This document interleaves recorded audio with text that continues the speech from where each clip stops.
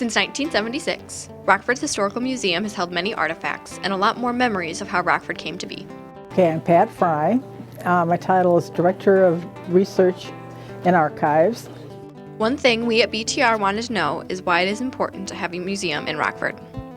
I think it's important to know where Rockford came from, where your family came from if you grew up here. If you don't know where you came from, you've kind of lost a great part of yourself, I think. And this tells you what things were like. We never had phones. I think it's important just to know the background. My name is Al Pratt, and I'm the managing director of the museum, sort of oversee the operation of the facility. Along with the importance of the museum, we were interested in why the museum had moved from its previous location. Well, a couple of reasons. One is a building became available in town, so we wanted it. That was this building, of course. And the other was the building we were in was totally inadequate for what we were doing. It started functioning as a museum in 1976, but it was an old building that had been built in 1903. When this opportunity became available, we fought hard to get this building, that's for sure. If you'd ever like to learn about the history of Rockford, the Historical Museum is a great place to do so. Everything we have here has been donated. We do it all free, and we sort of extend that same philosophy to the stuff that we bring in. So. Hi, I'm Riley McNeila with Beyond the Rock School News. Today we went down to Rockford's Historical Museum to find out more about Rockford's history. My name is Al Pratt, and I'm the managing director of the museum, responsible pretty much for the operation of what goes on around here. So, Rockford was founded back in the early 1840s. By Smith Lapham, who's the guy in the picture up here above my shoulder, and whose name the town took initially. It was called Laphamville, and it changed to the name of Rockford in the 1860s when the Grand Rapids and Indiana Railroad wanted to start a train line through here, and they said, Laphamville's too long a name. We don't want a station with that long a name. You guys need a new name for your town, and it can't be more than 8 letters. The town Smith Lapham started the town as a sawmill. And it, of course, it started to provide jobs, of course, and there were logs that were coming down from northern Michigan, and from here went out to Lake Michigan and really all over the Midwest. A lot of them went to Chicago.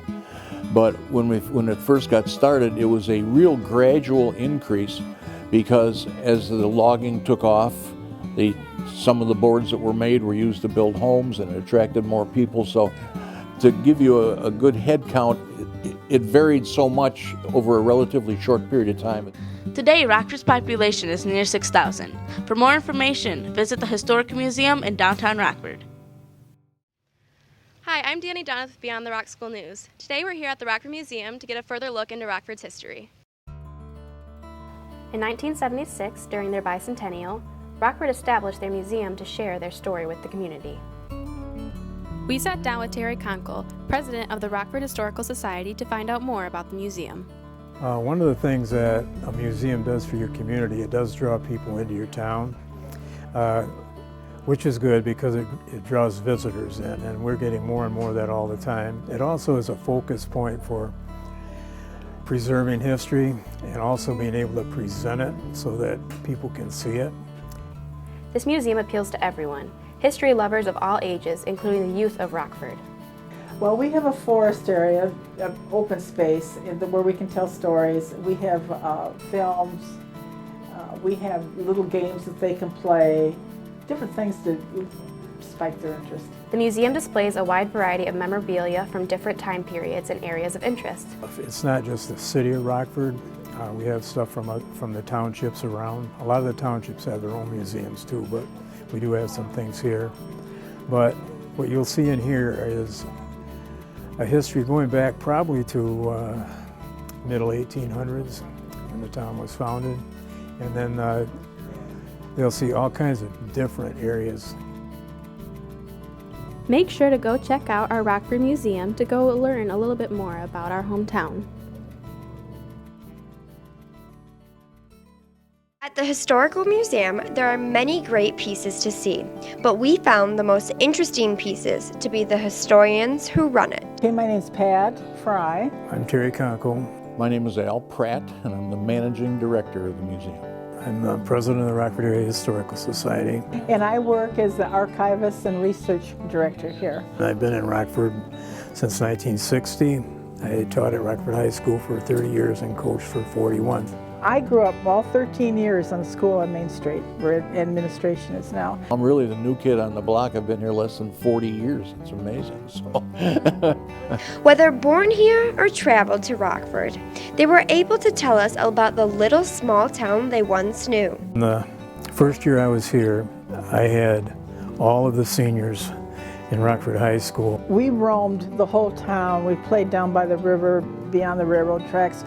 The favorite part about Rockford is, and this is going to sound corny, but it's the young people in town. And with that, they found a passion for their involvement in the Historical Museum. I love doing research, so when somebody calls up and say, I'm trying to find something about my family back in the 1840s or something, it's kind of fun to just go checking and trying to find what you could do. There isn't probably a day that goes by that we aren't here for a little while. I've met so many people that I didn't know before, literally hundreds of them. To my favorite part, it's the athletic area. I kind of get a kick out of the women's hats. There's a lot to see, and one trip doesn't do it. So it's a very special place, and I'm proud to be involved with it. The Rockford Area Historical Museum has items that date back over 100 years. We were sent by Beyond the Rock to talk to some staff members about this important site in our town.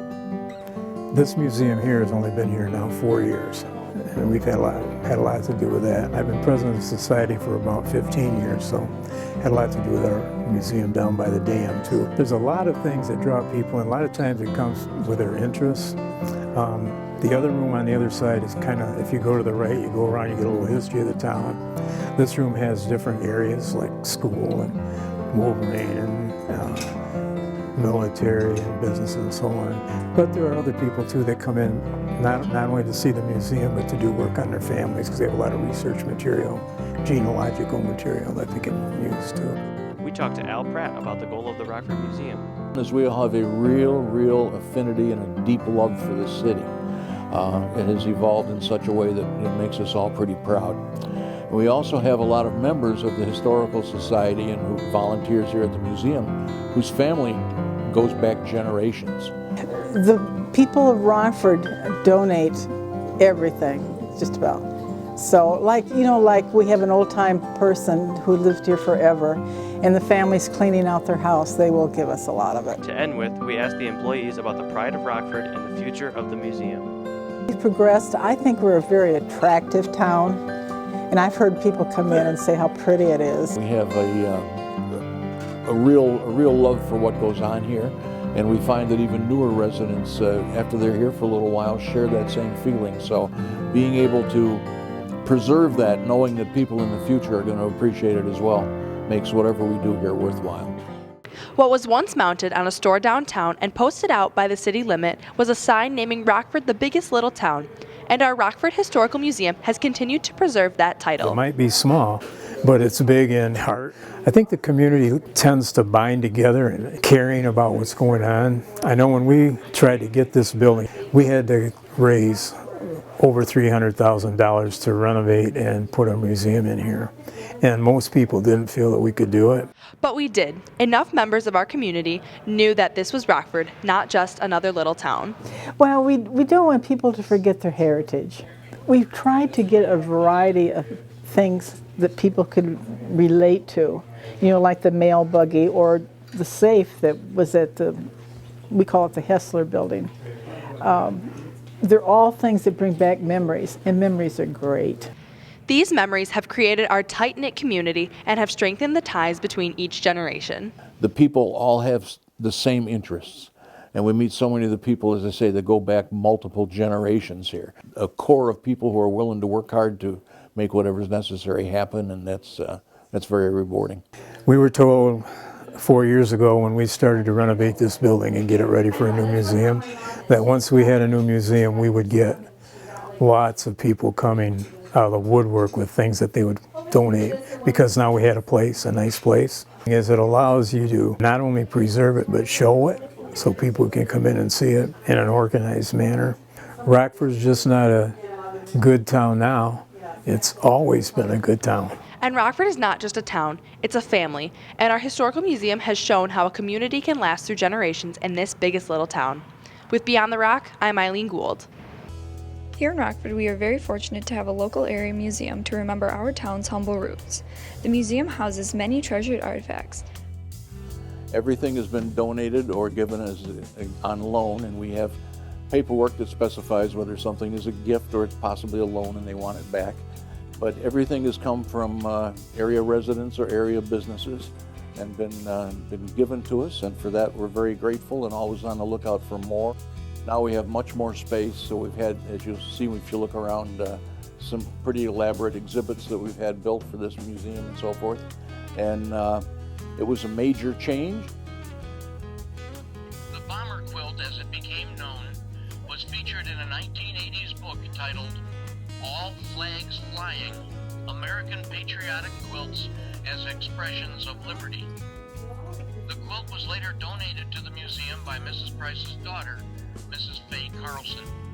It is one of our most treasured artifacts. Rockford is very fortunate to have so many great memories held in our area museum. This is Charlotte O'Keefe with Beyond the Rock School News. The city of Rockford is a place we all call home, but most of us do not know the elaborate history of this place. We went down to the Rockford Area Historical Museum to find out more about this city we all hold so close to our hearts. Well, if you think of people coming into town in 1843, they either worked at the mills, because that's all that was here, or they might have been in the grocery store, but they were mostly farmers. And farming, it was what now was where we're on top of the hill up here. Farms came right down into here.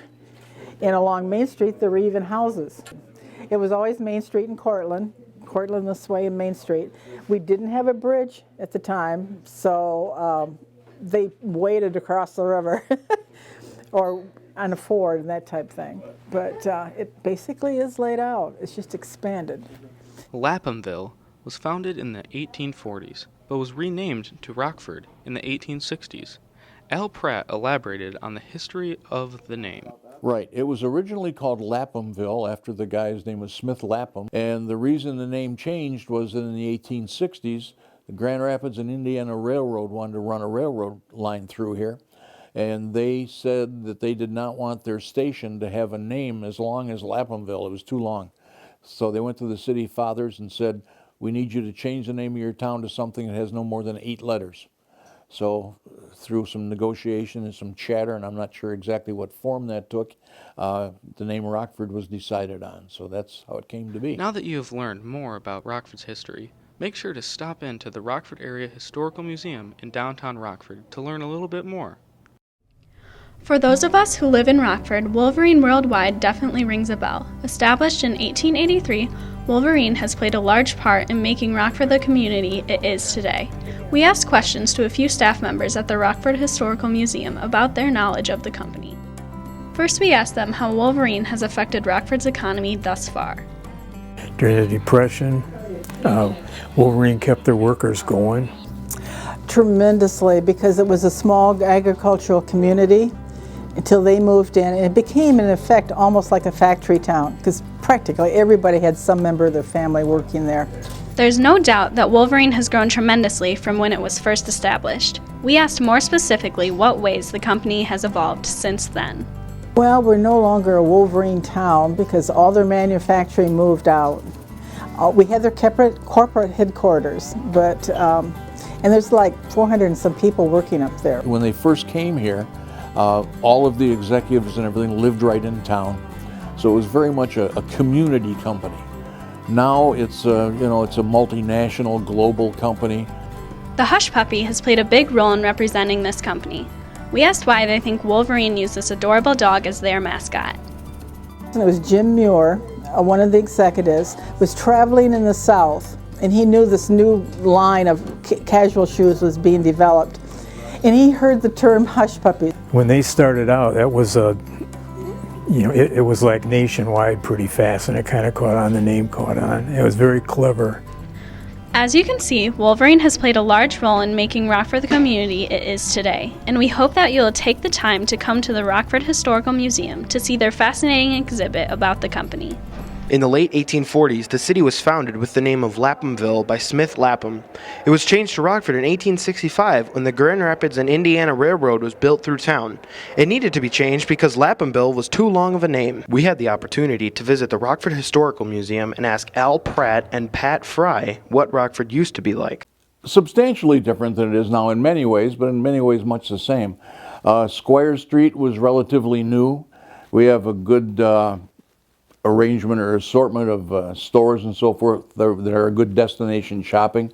At that time, most of the shops were artisans and hobbyists, and they kind of opened their stores when they felt like it. And it was, I remember we would have bus tours would come into town and be disappointed to find the stores all closed.